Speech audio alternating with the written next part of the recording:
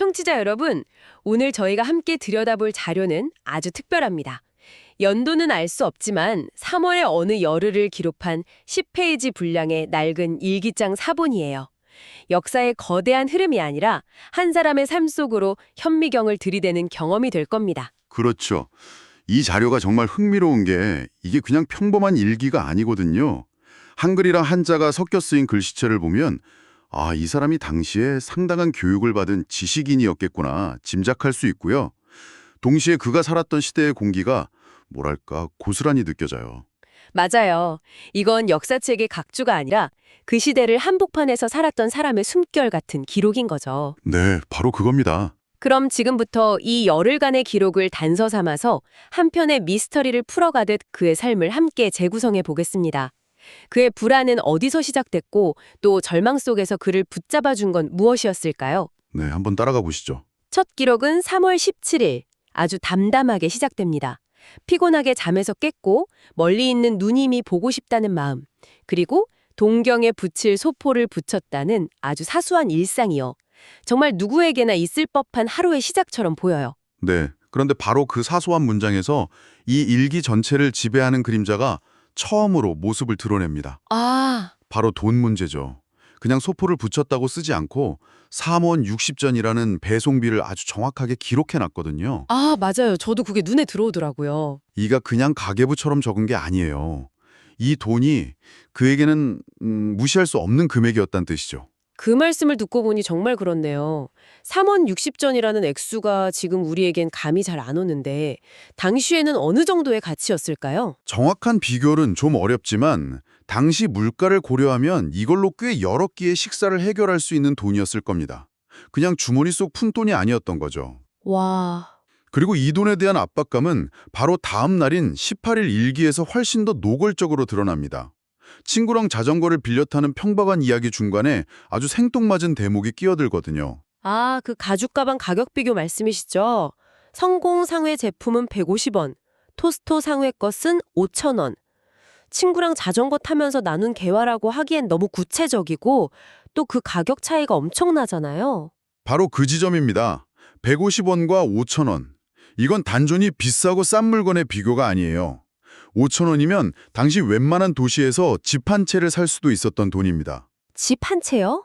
네, 이건 그의 현실과 그가 아마도 갈망했을 이상 사이의 거대한 간극을 보여주는 거예요. 그리고 그는 마치 회계장부를 쓰듯 그 차이를 정확히 기록하고 있죠. 일기장 끝에 장군 500처럼 적힌 메모들도 아마 그가 갖거나 받아야 할 돈의 목문일 가능성이 높고요. 그렇게 일상적인 돈 걱정, 또 가질 수 없는 것들에 대한 막연한 생각들이 이어지다가 19일이 되면서 분위기가 완전히 바뀝니다. 이전까지의 잔잔한 불안이 갑자기 사이렌처럼 울리기 시작해요. 네, 19일의 기록은 충격적일 정도입니다. 왠지 모르게 집에 변이 생긴 것 같다. 집을 잃을 것 같은 느낌이 든다. 이런 문장들이 아무런 설명 없이 그냥 터져 나오죠. 맞아요. 그러면서 사흘 밤을 새웠다. 제정신이 아닌 것 같다고 고백하죠. 구체적인 사건은 아직 없는데 파국에 대한 예감이 그의 정신을 완전히 잠식해버린 상태인 거죠. 말 한마디에 마음이 무거워지기도 가벼워지기도 한다는 구절도 있던데 이번 그가 심리적으로 얼마나 위태로운 상태였는지를 보여주는 것 같아요. 주변 사람의 사소한 말 한마디에도 정말 천국과 지옥을 오가는 듯한. 맞습니다. 아주 중요한 전환점이에요. 이제 막연한 돈 걱정이 아니라 집을 잃는다는 훨씬 더 구체적이고 실존적인 공포가 시작된 겁니다. 그리고 이 공포는 그를 길 위로 내몹니다. 20일부터 아주 길고 고된 여정이 시작되죠. 20일에 아침 일찍 길을 떠났다고 되어 있고 21일 일기는 정말 딱 한 줄이에요. 차 안에서 하루를 보냈다. 꼬박 하루를요? 네. 그리고 22일 새벽 3시에 목적지에 도착했는데 문이 잠겨 있었다고 하죠. 와, 읽기만 해도 진이 빠지는 여정입니다. 꼬박 이틀 가까이를 길 위에서 보낸 거잖아요. 이 여정 자체가 당시 사회상을 보여주는 중요한 사료가 될 수 있습니다. 요즘이야 서울에서 어디든 하루면 가지만 당시엔 며칠이 걸리는 이런 여정이 드물지 않았다는 거죠. 게다가 모든 길이 막혀 있어 지도를 이용했다는 구조를 보면 이 여정이 계획대로 순탄하게 진행된 것도 아니었음을 알 수 있어요. 온갖 고생 끝에 한밤중에 도착했는데 문이 잠겨 있었다니 그 순간의 절망감이 어땠을까요? 정말 막막했겠죠. 그리고 마침내 23일 종로의 한 집에 도착하는데요. 여기서도 그를 반겨주는 건 아무것도 없었습니다. 집은 텅 비어 있었고 분위기는 침울했다. 겨우 만난 집주인 아주머니는 그를 경계하는 눈치고요. 그렇죠. 19일에 느꼈던 그 집을 잃을 것 같은 느낌이 점점 현실이 되어가는 과정처럼 보여요. 그는 이제 철저히 이방인이 된 겁니다. 환영받지 못하는 낯선 방문객. 네. 이런 심리적 압박과 함께 그를 짓눌러왔던 재정적 압박도 24일에 정점을 찍습니다.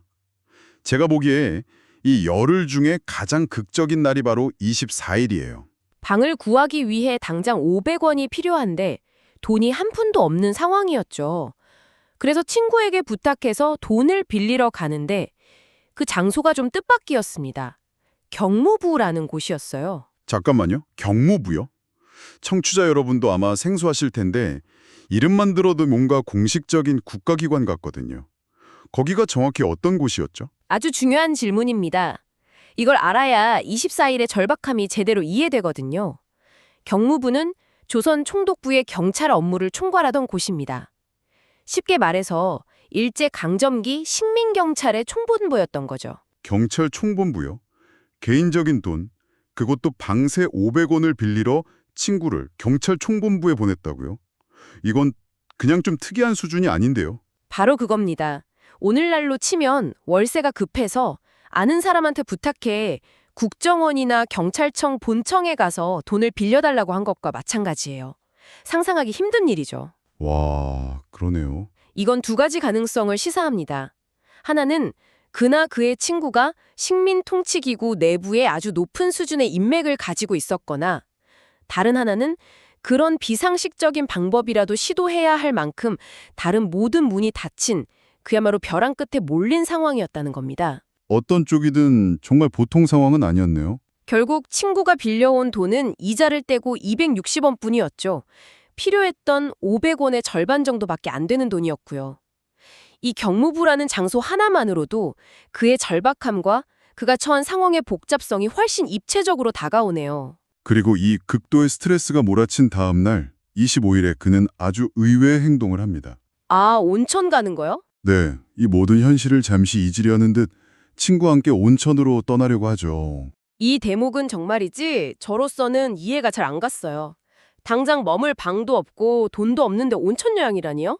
거의 현실 도피처럼 느껴지기도 하고 좀 무책임해 보이기도 하고요. 아마 더 이상 버틸 수 없었던 게 아닐까요? 정신적으로 한계에 다다랐을 때 사람들은 때로 아주 비논리적인 선택을 하거든요. 뭐랄까 잠시라도 이 숨막히는 현실에서 벗어나고 싶었던 필사적인 몸부림이었을 겁니다. 아, 하지만 이 작은 탈출 시도마저도 좌절되죠. 새벽 5시에 차 기름이 떨어져서 길 한복판에 멈춰서고 맙니다. 정말 뭐 하나 뜻대로 되는 게 없네요. 마치 그의 인생 전체를 보여주는 압축적인 장면 같아요. 벗어나려고 발버둥 쳐도 결국 길 위에서 멈춰서고 마는. 그런데 여기서 아주 인상적인 기록이 하나 나옵니다. 차가 멈춰섰을 때 친구가 자신을 탓하지 않았다는 점을 굳이 적어놨어요. 이 한 문장에서 우리는 이 엉망진창의 상황 속에서도 우정이 그에게 얼마나 큰 위안이자 버팀목이었는지를 느낄 수 있죠. 그러네요. 정말 힘든 상황 속에서도 그 친구가 곁에 있었군요. 그리고 바로 그날 정말 수수께끼 같은 문장을 남깁니다. 3월 24일의 사건. 지금 생각하면 꿈만 같다. 그러나 꿈도 아니다. 경무부까지 찾아갔던 그 24일에 대체 무슨 일이 있었던 걸까요? 그게 참 미스테리죠. 제 느낌을 먼저 말해보자면 혹시 돈을 구하는 과정에서 자존심이 상하거나 뭔가 수치스러운 일을 겪었던 게 아닐까 싶어요.